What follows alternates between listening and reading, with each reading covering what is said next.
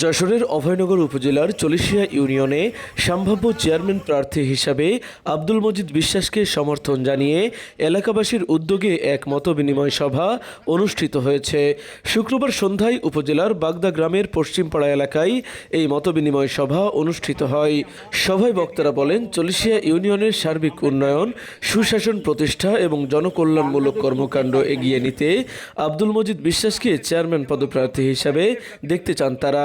এ বিষয়ে স্থানীয়দের মতামত ও প্রত্যাশা তুলে ধরতে এই মতবিনিময় সভার আয়োজন করা হয়।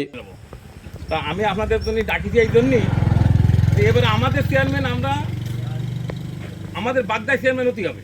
আমরা তৈরিকে বলবো যে আমাদের সার ডাউন, কুটাদের বলবো আমাদের সার ডাউন, যেহেতু আমরা দীর্ঘদিন তোমাদের সাইডে আসছি। কুটায় মনে চেয়ারম্যান আছে 3 বার না 4 বার, তৈরিকেও 4-5 বার হয়েছে। তা বাগদাওয়ালারা কেন চেয়ারম্যান হবে না?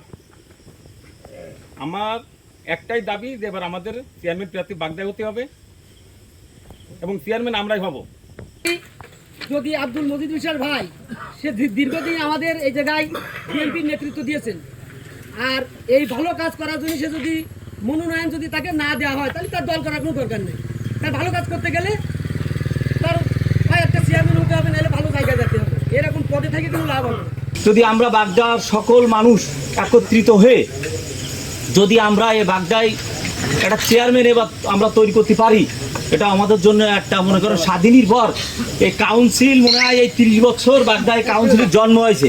এই জন্মে আমরা একটা ইতিহাস সৃষ্টি করতে পারবো।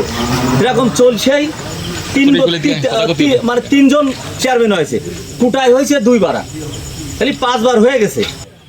আমাদের সবার উদ্দেশ্য কিন্তু বাগদা গ্রামে একজন চেয়ারম্যান নির্বাচিত করা।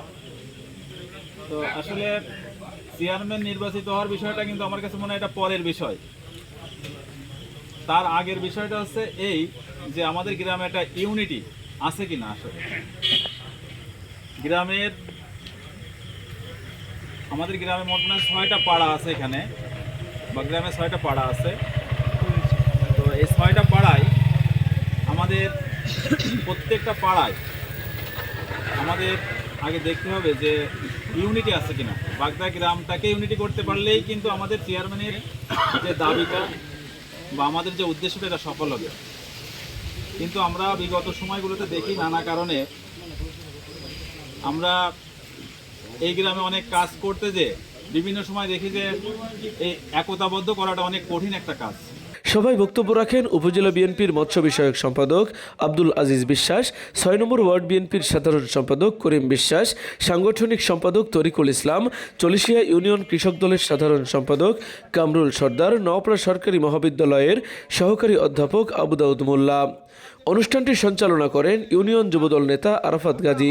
এছাড়াও সবাই স্থানীয় গণ্যমান্য ব্যক্তি, বিএনপি ও অঙ্গ ও সহযোগী সংগঠনের নেতাকর্মী এবং বিভিন্ন শ্রেণী পেশার মানুষ অংশ নেন।